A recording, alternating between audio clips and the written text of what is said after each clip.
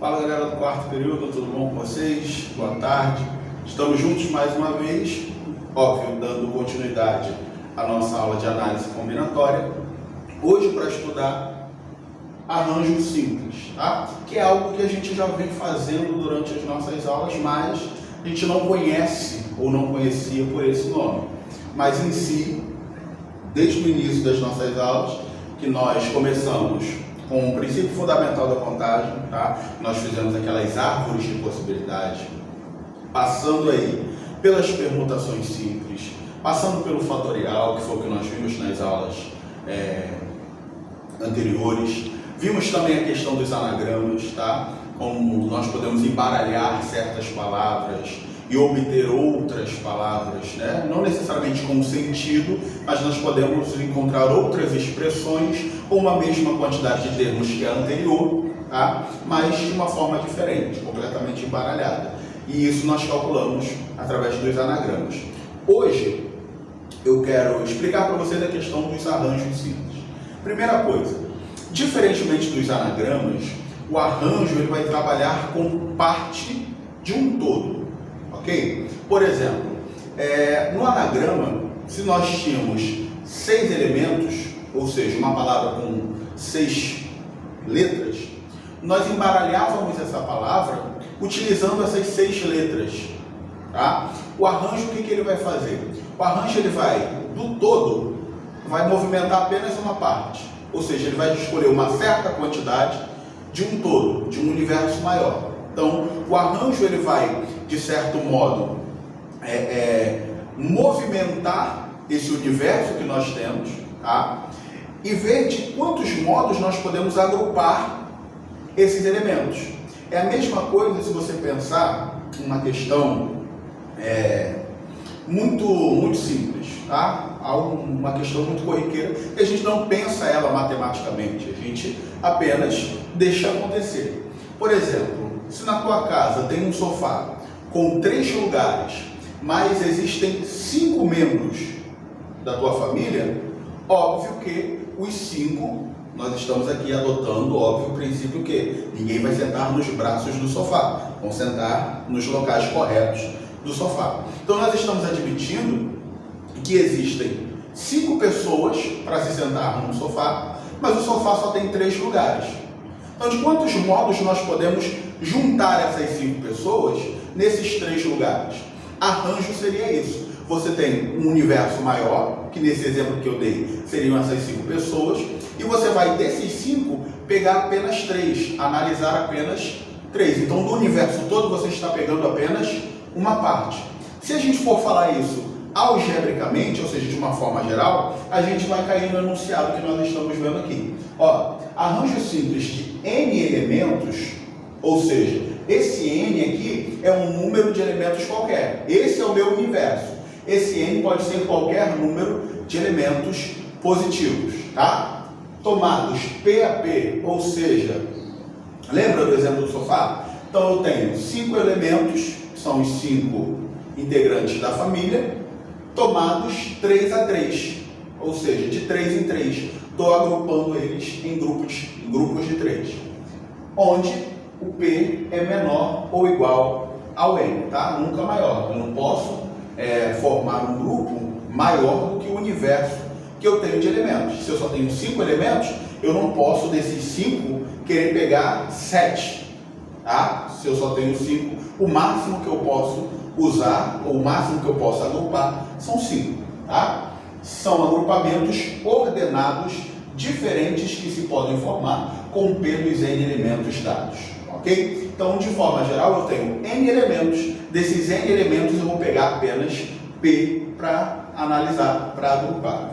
E vejam que esses termos, eles têm que obedecer uma ordem e eles têm que ser diferentes. O arranjo, ele não admite repetição. O arranjo é o tipo de agrupamento onde eu não posso repetir elementos, tá? O elemento que eu usei no primeiro, eu não posso mais usar no segundo. O elemento que eu usei no primeiro e no segundo, eu já não posso mais usar no terceiro, ok? Então, se o pai está no primeiro lugar do sofá, o pai não pode estar no segundo nem no terceiro, ok?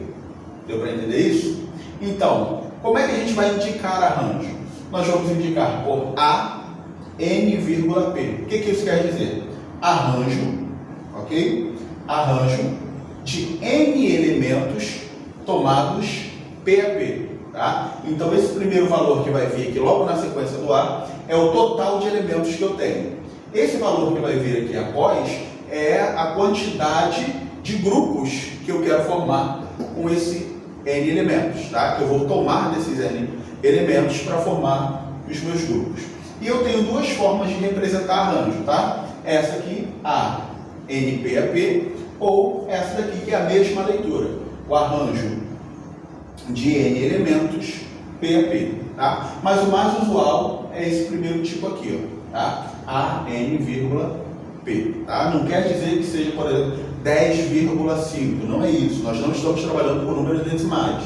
N é o valor de elementos total que eu tenho, P é o valor de elementos que eu estou usando desse total. De um grupo de 10 pessoas, eu estou fazendo grupos menores com 3 pessoas, tá? De quantos modos eu posso fazer isso? Agrupar. Então, arranjo é agrupamento. O total desses agrupamentos que calculamos assim. E agora a gente vai ver como são calculados os arranjos, tá? Sempre de forma geral, depois a gente aplica na prática, vocês vão ver que a coisa não é tão difícil, tá? Então, ó, arranjo de N P a P é igual a N vezes N menos 1 vezes N menos 2 até N menos P mais 1. Ou seja, quando eu chego no último elemento, ele é o total de elementos menos os grupos que eu estou usando, tá? Para formar a quantidade de elementos que eu estou usando para formar esse grupo, mais 1. Vejam que nesse exemplo que eu dei da família dos lugares no sofá, eu tenho 5 elementos, ok? Ao todo 5 elementos, dos quais eu quero apenas 3. Então, se eu estou usando 5 elementos, ok? E só quero fazer grupos de 3, quantos elementos vão ficar sobrando?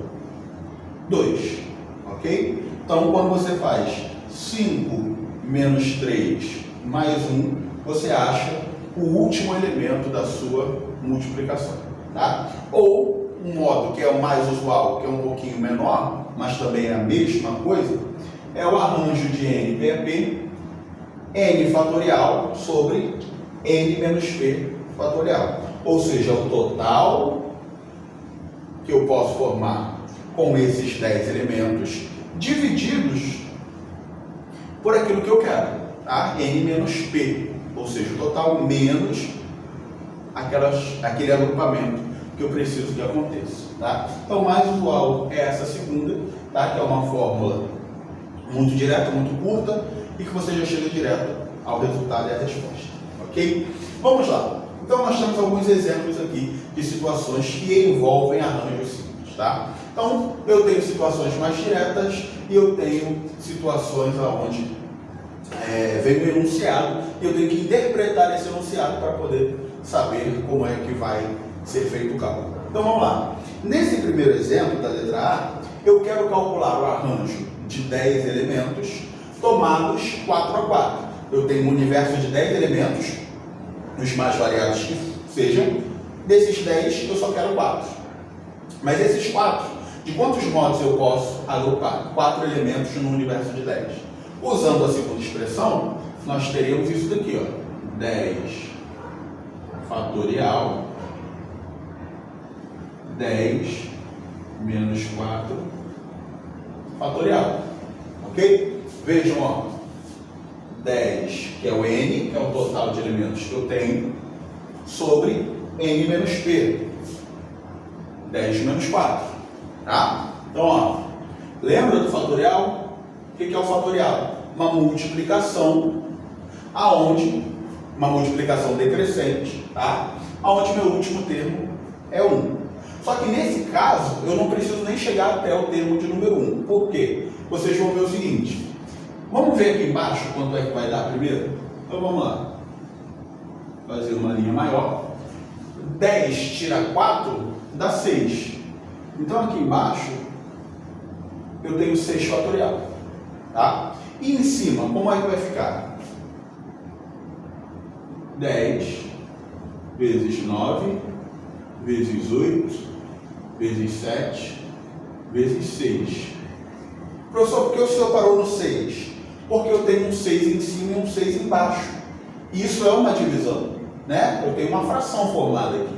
Então, se eu chego em cima num termo que é equivalente ou igual ao de baixo, eu posso parar a minha conta de multiplicação decrescente, tá? Tanto em cima quanto embaixo, se isso porventura acontecer alguma vez.